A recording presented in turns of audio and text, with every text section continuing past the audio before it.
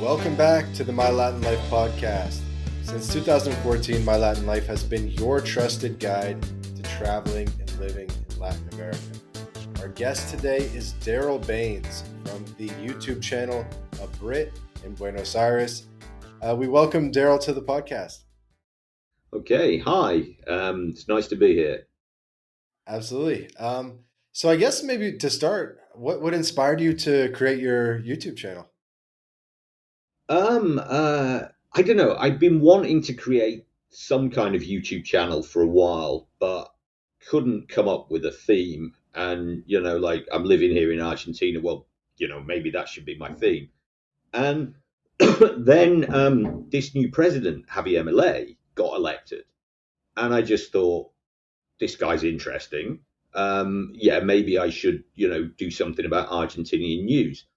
Also, I've been here for like 20 years. There's been a political movement called Kirchnerismo, headed by Cristina Kirchner and her late husband. And it's been a crazy roller coaster. This woman is completely insane.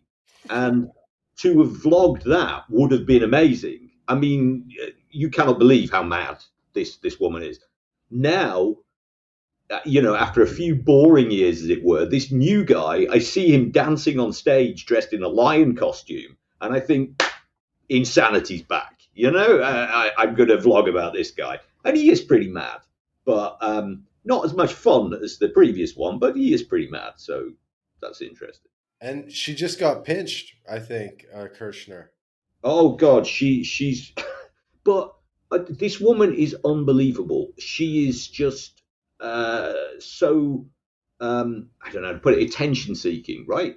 She left power like 10 years ago, and there was all kinds of corruption charges coming up against her, but she managed to manipulate the situation by retaining a freedom from the courts, staying out of court by being like the vice president or a senator or whatever. There was a corruption trial about one of her friends or something. Finally, in I think it was 2022, she got like convicted. But then she's been through an appeals process and everything. And 2 weeks ago, finally sentencing happened. You got 6 years in prison, down from what was going to be 12 years, but she's got 6 years in prison. Then the argument starts. We're going to do it in a real prison. We're going to do it at home. So that argument goes on for a few days. Finally, she gets like home arrest. And then on the day she's going to be like put in prison, a huge march in her support happens in the center of the city. A pre-recorded message from her is played to this enormous crowd saying, I will be back. This is not the end of me and everything. Then she gets put in a house arrest thing. But then the courts say, okay, we got some conditions. You got to wear an ankle bracelet, limited, family and stuff like that, visitors, and you've got to not disrupt the neighborhood, which is basically saying don't get crowds of supporters outside the apartment all the time. So then this argument starts with, does that mean I'm allowed on my balcony or not? And every little detail. I saw they seized like $6 million in 26 hours. Possibly. But I can see what's going to happen here. Every little moment, she's going to be pushing at the boundaries of what she's allowed to do. It goes on and on and on and on and on. And I don't know. She's on the house arrest at the moment, and I'm sure we'll hear more from her again. But She is somewhat yesterday's woman to a certain extent.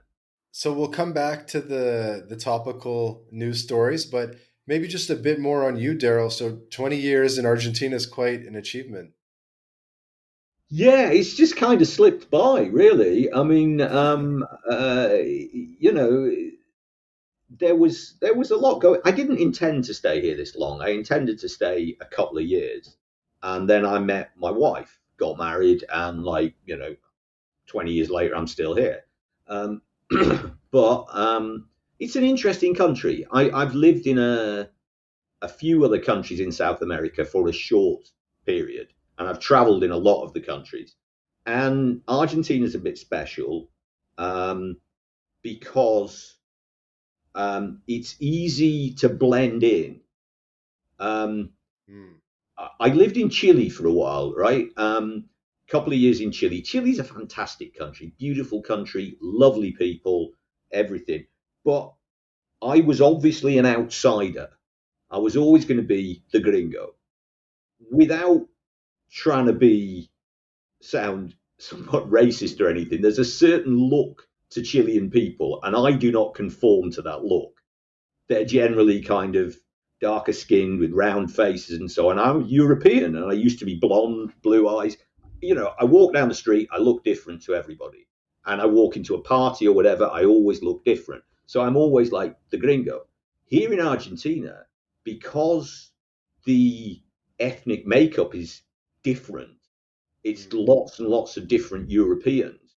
Um, I just disappear into the crowd, and that to a certain extent feels more comfortable than being in a place where I kind of stick out, you know. Mm. So that's one of the things that makes me very comfortable about Argentina.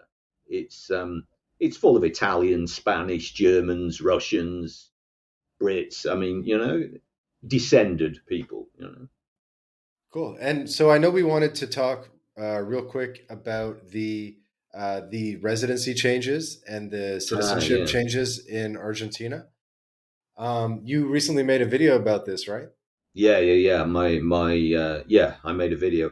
It's because I think it's useful.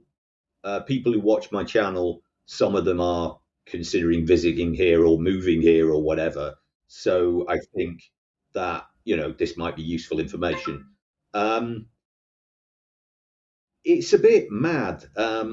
Whether these changes to regulations are actually necessary or not is open to debate. I mean, it's basically, let me see. What's changed is that Give us an overview of what's changed for right, people who right. are Um, unfamiliar. okay, if you're an immigrant, like if you're a tourist or a short stay immigrant, like temporary residency or something like that, um, you're going to have to pay your own way. The health system, which is free here, is like you're going to have to pay if you need to use the health system. Right. You need to Um, get health insurance now, the absolutely requirement in when you arrive in the country is to show you have health insurance. even as a Um, tourist, right? Yeah, which I don't know is how it's going to work because people come across for day trips from Yeah, there Uruguay might be and some spotty enforcement there, but yeah. Um, um, my parents are coming to visit next year. I'll be very interested to see how things go at the airport for them. Um, but yeah, so you're going to have to pay your own way in terms of health, education, which used to be free. University education used to be free for even temporary residents, not anymore. You've got to be a permanent resident paying your taxes, then you get access to stuff.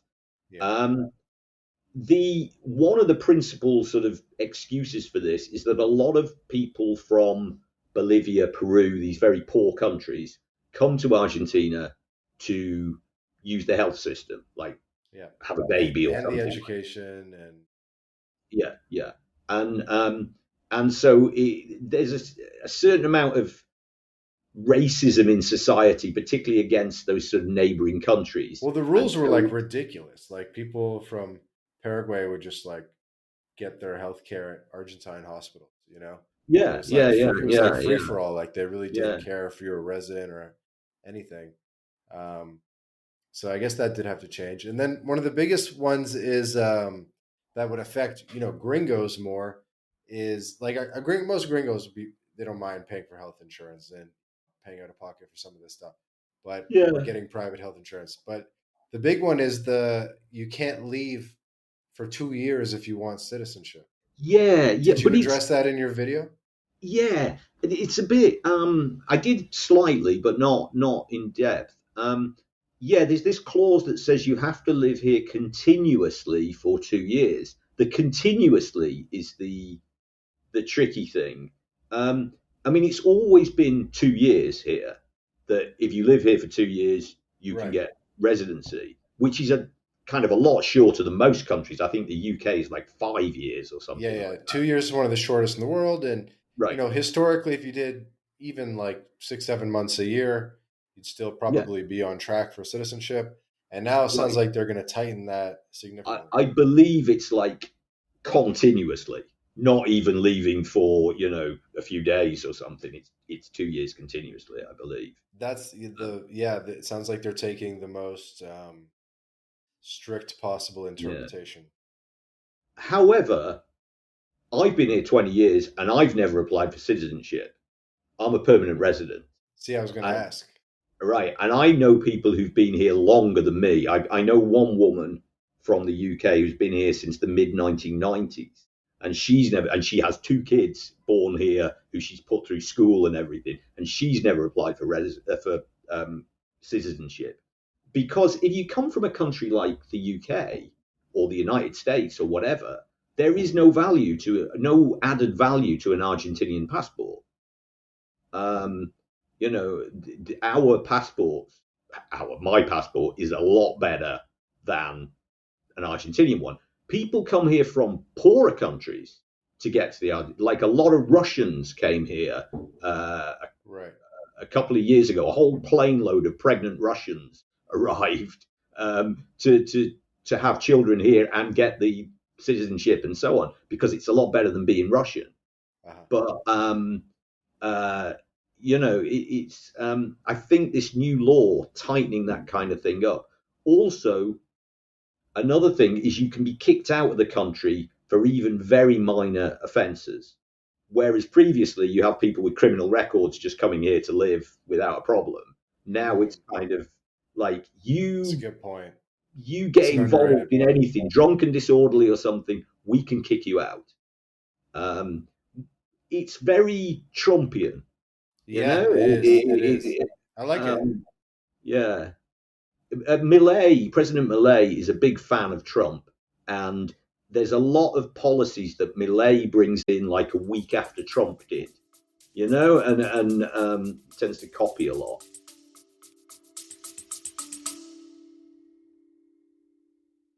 This episode of the My Latin Life podcast is brought to you in part by Job Stacking. If you're a remote or hybrid worker looking to maximize your earning potential, then Rolf Haltza, author of Job Stacking, guarantees you'll be able to double your income by implementing his paycheck multiplication layering method. This is the exact system Rolf has used to take his own income and those of many others beyond $20K a month. With this method, Rolf contractually guarantees that you'll be able to double your income in 45 days. So, if you're interested in unleashing your earning potential and doubling your income, then click the link in the description and book a call with Rolf right now. So, do you think they'll actually enforce this 2-year without leaving thing? Who knows? It's I don't know. I think some of this thing about if you commit a crime, you can be kicked out and things like that. I think that's kind of like the thing Trump's doing in the States, where it gives it an excuse to throw out political dissidents. If you speak against the government and things like that, and you're like me, a permanent resident or something, they can easily find an excuse to throw you out and not let you back in. Um, I think that is maybe what that's about. Um, uh, you know, Yeah, I have to believe that they're going to loosen this up at some point because there's no precedent to this. Like, no other country that I've heard of has ever had this rule 2 years without leaving even once. You yeah, know, yeah. I mean, if you've got, well, like me, if I've got family in the UK and something happens during that 2 year period and I have to go desperately, I mean, does that set me back to zero, or is there some kind of flexibility? I don't know. Um, uh, it's yeah, I don't know. so do you still feel that way in 2025 that, just, having the UK passport is enough? Or do you now kind of feel like the pressure, or seen the epiphany of like, huh, maybe it's better to have multiple travel No, documents? I've no intention. I really can't see any kind of advantage of getting an Argentinian passport.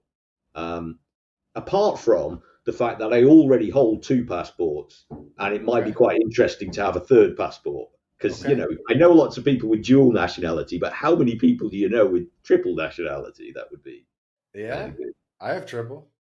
Yeah. Oh, Yeah. cool. Yeah, Wow. yeah, bro, you gotta get on my level.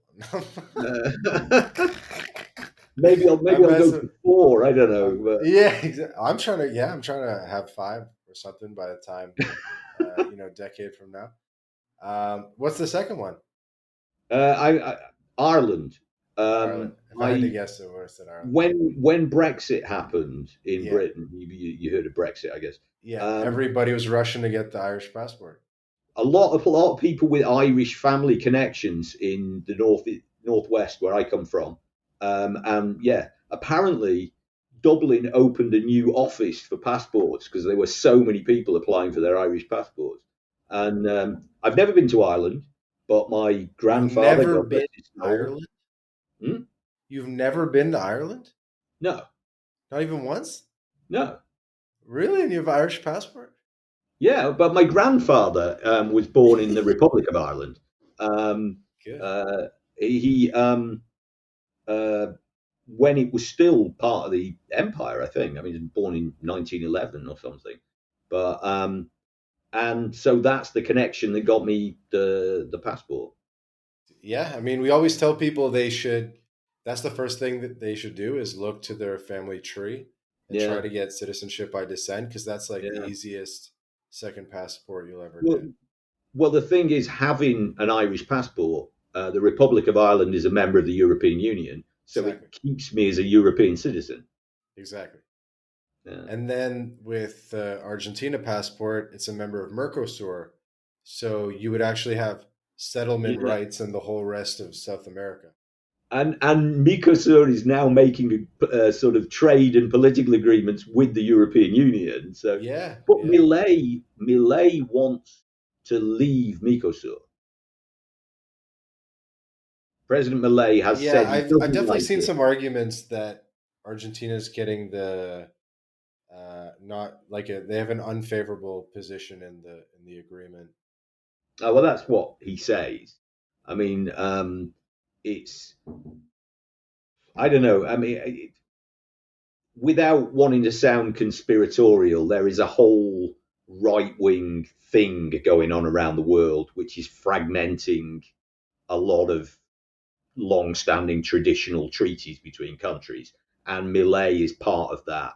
And leaving Mercosur would be, another step on that road. He's talked about it. Whether he'll actually do it or not, I don't know. Well, I think that's at least for now and foreseeably in the future going to be a big benefit of these South American passports is they have a lot of rights to live and work in other South American countries. So you could easily go move to Yeah, Colombia or Brazil or Mercosur, if I'm right, is only five countries in the south. It's like Chile, Argentina, Uruguay, Brazil, and Paraguay. I think that's it. yeah, Bolivia. No, Yeah, no, but but even the countries that are not the core the countries that are the ones that are they're associate getting like members. affiliation. Yeah, Yeah, there's like there's like different membership levels, and then yeah. so the whole rest of South America is like affiliate member. Everyone except Venezuela. Venezuela. Yeah, yeah. A long time ago, when before I met my wife, the plan was to stay in Argentina for a couple of years and then move to Venezuela. Okay. Um, it was the early days of Hugo Chavez, and it sounded like a really fascinating experiment that he was doing there, and things were going in a very good direction for the people there. And it would have been interesting to see. I would not go near Venezuela today, Uh-huh. but back then it seemed like a potentially a very interesting place to spend a bit of time. Okay. So I guess talking about capitalism and communism. By the way, what do you do to make money in Argentina and survive for 20 years? I'm sure people are curious because Right, you I've know. been an English teacher for most of that time, um, and doing other things associated with English. So, translation editor, voiceover artist. I mean, all Hmm, kinds of things associated with English that people need here. Yeah, okay, nice. yeah. And so you've kind of found a way to do it even before the internet, really.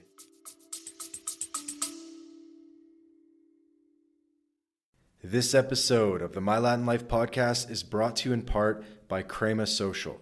Crema Social is like TikTok for international dating. It's an app you can download right now on your phone, and 3 out of 4 people on Crema are single women. The app was founded in Colombia, so unsurprisingly, there are a lot of Latinas on the app, by the way. So, how does it work? Crema Social is a social meal experience where you invite a hot girl for a lunch date via video call and food delivery. New concept, so you'll have to try it out for yourself, but this is probably the best way to meet Latinas before you visit the country. So if you're in Latin America or planning to visit Latin America, download Crema Social now and start getting dates right away. There will be a link in the description to download, or just search Crema Social on your favorite app store. Have fun, guys. Yeah, this whole like teaching online. I mean, when I started 20 years ago, that wasn't possible. I mean, it was classrooms, whiteboards, and cassette players, you know, and the just a kind of couple of years before the pandemic, online teaching started to boom, and then it really boomed when the pandemic came along, and people were stuck at home and couldn't meet people. Yep. But yeah, before that, it was um, more traditional style teaching. Yeah. Right. And you get other like gig work, like voiceover work Voice. So online, my that kind of wife stuff. runs a business doing um, voiceover work. That's how she met me. She heard my voice and said I Get want out of him. here. Yeah, literally in a cafe. She heard me Oh talking man. to a waitress and said I want him. Yeah. That's funny. Okay. Okay, so here's how we're gonna spice it up. Right. Thoughts on the Falklands. Ah, okay. Well, that yeah. Uh, Who's right? the people who live there. That's my Ooh. perspective. The That's the UK view. I Yeah, think. And then the absolutely. But Argentina view is we don't care who lives well, there. I believe it all over the world about the right to self determination. The people who live in the place should, it's up to them to decide how they want to live. Which I know is a bit of a dangerous thing to say considering the Middle East at the moment. But I believe the people on the Falklands should be allowed to make their own decision. These people were born there, they grew up there. They had a vote about 15 years ago. They had a referendum on whether they should join Argentina or not, and it was 98% in favour of staying with the UK. Now, Wow. who the 2% were, I really don't know. I mean, this is it's very strange that it wasn't 100%, but um, Argentinians can go there now. My brother-in-law, who is he used to be in the Navy, he went to visit the military cemetery on the Malvinas Falklands um, uh, in the summer, like a couple of months ago. He went there, so Argentinians can actually go there. When I first came here, that couldn't happen. Um, I it is the Malvinas Falklands has been a bone of contention between the UK and Argentina for a very long time. I mean, people know about the Falklands War, but this whole thing has been going on like for more than a century. Um, the Argentines are taught in school that it's theirs and the British stole it.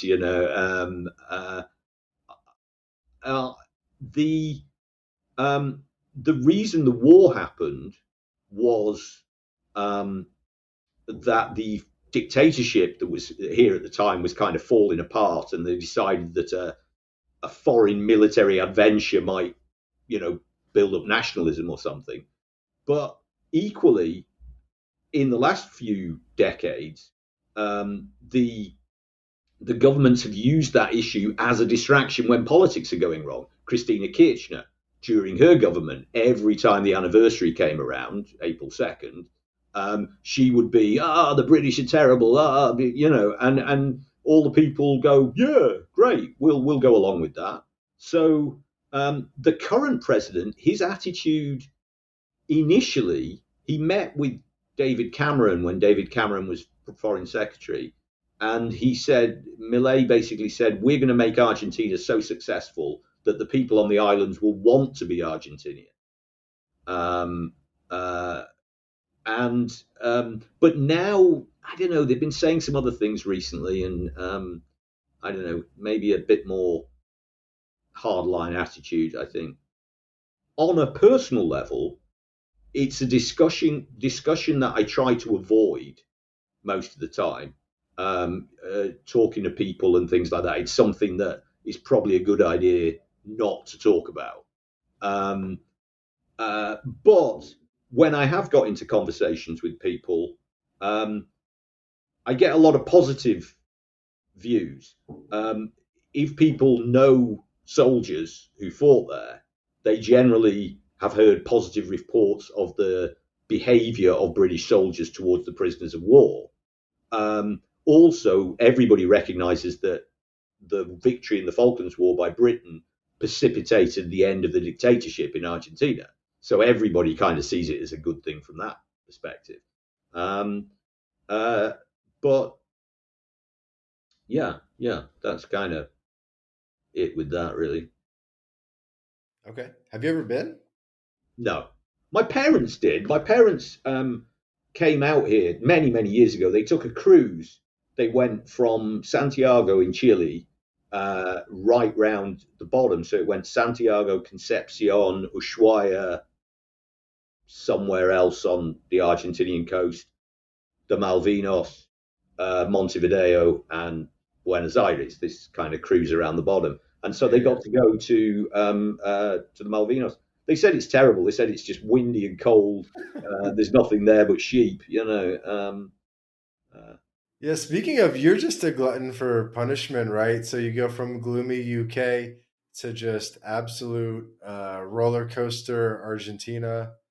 Uh, Yeah, I mean, well, I didn't live in Argentina initially. I lived in Chile initially, which was very different. I mean, it's kind of uh, like a different being in a different world. And um, Argentina is just kind of where I've ended up. There was never any great plan to get here, I don't think. Uh, the the thing I came to South America originally in 1996 for a big backpacking holiday. And I backpacked all around the continent. I went lots of different places. Then I went back to England, spent a few years in England working, and just thought, I don't want to do this anymore. I want to go somewhere, I have no real commitments. No, I'm not married, no family or anything like that. Forget about it. I'm going to leave the country and do something else. And so, I trained to be an English teacher, came and lived to live in South America, um, and eventually finished up in Argentina. so you got to tell me something. I'm curious about your most successful YouTube video. So you had one really big outlier on Yeah, your channel, and right. I like hearing about outliers because maybe there's something we can glean from that to so I can create outliers of my own on my channel. So Right. you had basically your top video on your channel did 178,000 views, Yeah, and then the second most viewed video is like 3,000 views. 3,000. Yeah, And you have like, you know, a lot of these videos kind of in the hundreds. one to 3,000 range. So you Yeah, had one big outlier. The yeah, title of the video is "A Trip to China Turns Sour Due to a Slip of the Tongue." yeah. It's 4 minutes Right. long. Why is this video so successful? I don't know. I really don't know. A lot. Right. The content of the video, it's about a trip that the foreign minister here took to China, and then when she got back, she was asked something about China and Chinese people and so on, and she said to the news reporter, "I don't know. All those Chinese people look the same." And and people went, "You can't say that! Oh my God, you can't say that!" And it was very bad, but it was very funny, that a government minister would say something so crass as that. Um, uh, but I thought it was funny. It was kind of a funny story, so I did a video about that, and it got some traction in Asia for some reason because a lot of the views were coming from Asia. So I guess the photo on the thumbnail is of this foreign minister shaking hands with, I'm guessing it's the Chinese foreign minister or something, and smiling at the camera. Um, uh, but for some reason, I don't know, people in Asia started watching it and it just snowballed in Asia. Okay. Um, and yeah, I've no idea what the reason behind it was, but yeah. Okay, so you think it kind of got picked up in Asia originally? Yeah. And just passed around, it's very strange how these things, or why these things connect with people. I like the format where you make it almost like a news channel, Yeah, and you're kind of like you're seated to the side of the screen, yeah, and then you have like this sort of like news style, like news channel esque bar that goes yeah, across the yeah. bottom, and you'll maybe even have like words floating across the screen, like it's CNN or CNBC or something. Right. How do you do that? What's it called? Da Vinci Resolve. Yeah. DaVinci Resolve, What's it which is called? the editing software, right? Editing, fantastic editing software. Yeah.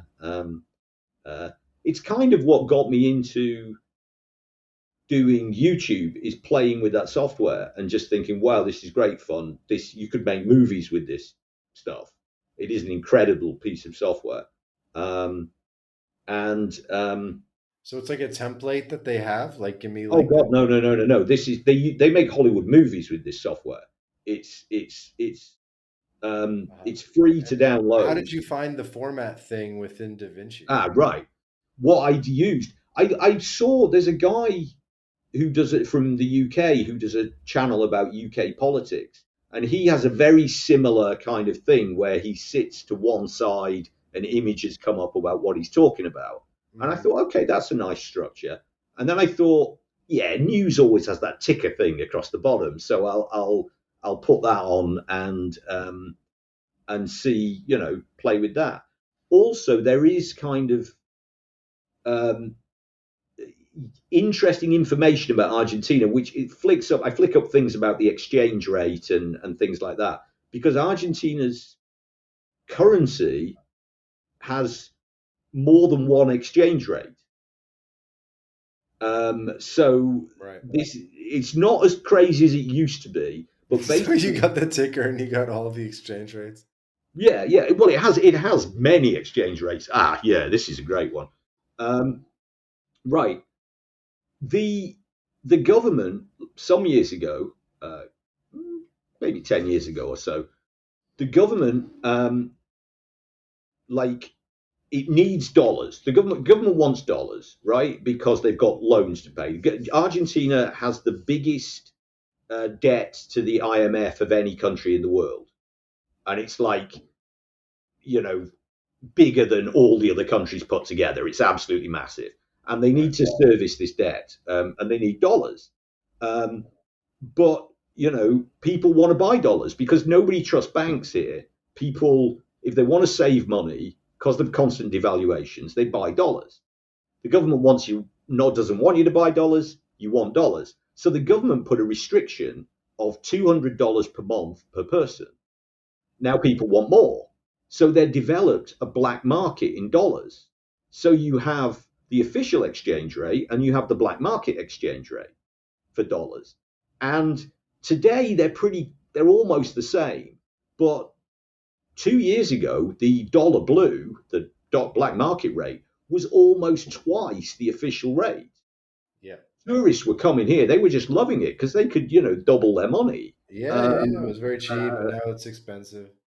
Yeah, it's changed back, but for a while it was crazy. And they have these other exchange rates. They have like special business exchange rates, like there's the soy rate for farmers selling soya onto the international market. They have a special exchange rate. But then they have the Qatar dollar, which is the currency rate that if you're an Argentinian person using your credit card outside the country, you get another different exchange rate. And this is called the Qatar dollar because so many Argentinians went to Qatar to see the football during the World Cup. And that was when they introduced this rate. And I've heard this one. then they have the Coldplay dollar, which is if you're buying tickets for entertainment events, you get another exchange rate. And that was introduced when Coldplay were here playing. So it's known as the Coldplay dollar. And one of the things the government is trying to do is trying to get rid of all of this and unify into one exchange rate, which he's having some success with that, I think. To give the man, credit where credit's due, he is having some success with that. Definitely, yeah. I mean, the GDP figures have been good and everything. Just to wrap up on the editing thing, so do you do it yourself? Like, because you do a lot of that. Like, your videos aren't the most simple to make. You're popping up stuff on the screen and then commenting on it. It's got to be all coordinated. You're editing that yourself, or what do you do? Yeah, I mean, once I got the sort of format decided on, then it is kind of like having a template sorted out. I mean, I've got, this is how I'm going to structure my video. I just put new data, new media files in. Yeah, that's kind of how that works. It's this particular software. I started playing with it during the pandemic and discovered, wow, there's lots of stuff you can do with this. It's just fun to play with. And then, started the channel. Dude, that's epic. So yeah, I mean, that's the biggest struggle, I think, is quality versus quantity when it comes to editing and everything. I think it's how much time you have on your hands. I mean, if you wanted to be putting videos out every day, you would need to have a lot of free time. I put videos out about twice a week, and it takes me about 8 hours, I guess, to do a 5-minute video. No. If you include like the script writing time, yeah, like which takes the research necessary and the writing of the script wow. and everything, that takes about 4 hours. Then actual recording takes maybe an hour. Editing, most of it takes a couple of hours, but then finding the additional material, like all the photographs that I want to put in, that takes a long time, searching around for those things. So I would say about 8 hours work, something like that. Well, keep doing it. I think I'm going to call you my British correspondent in Buenos Aires, official correspondent on the ground. Yeah. Well, make sure you put a link to the channel in the comments or something. We will. There will be a link in the description to your YouTube channel where people can go check that out. Do you distribute it elsewhere on podcast platforms or anything? No. It's just on YouTube. I wanted to. Part of it was like, how does YouTube work and things like that. I don't make a lot of money out of it because I don't get a lot of viewers, but something. It's Yeah, fun. you just gotta Keep stay motivating yourself. consistent, and just get a couple more videos that pop. Um, well, I think it's fun what you do, and I always love connecting with long term expats Yeah. in Argentina. We didn't touch on that too much. We got maybe like 5 minutes left. What what tips would you have to hopefuls moving to Argentina, whether it be maybe a retiree couple or maybe it's a family of four? What would your advice for them be? Okay, if someone was planning, this is going to sound terrible. If someone was planning to come and live, like retire to Argentina and things like that, I would say don't come to Buenos Aires, move to somewhere else Hmm. because um, it's not a dangerous place, but there's a lot of poverty here in the capital, the shanty towns around the capital, and uh, it's like some of it's not very nice. And whereas if you moved to Mendoza or uh, what the other ones, Cordoba or Mar del Plata or somewhere like that, I think that kind of problem doesn't really exist there. Um, uh, it's not a dangerous place at all, Argentina. I did some research about this. You're more likely to get murdered in Boston or Philadelphia than you are in Buenos Aires. But it's sometimes the petty crime, like people stealing cell phones and stealing bags and things, can be a bit of a pain in the backside. Where would you go if not Buenos Aires? What would you recommend for people? In Buenos Aires. Or you said kind of get out of Buenos Aires and what Right, city? right. Avoid Rosario. Rosario currently has a huge crime wave problem at the moment in Rosario. But They've apart kind of from that, always had that reputation, I think. yeah, But yeah, the classics are like Mendoza and Cordoba. I've been to Mendoza quite a few times when I was living in Chile. Mendoza is the center of the wine region. There's lots of nice places to go out. It's near the Andes. It's a very nice, very beautiful city. Mar del Plata, very popular place with Argentinians in the summer. Lots of them go there.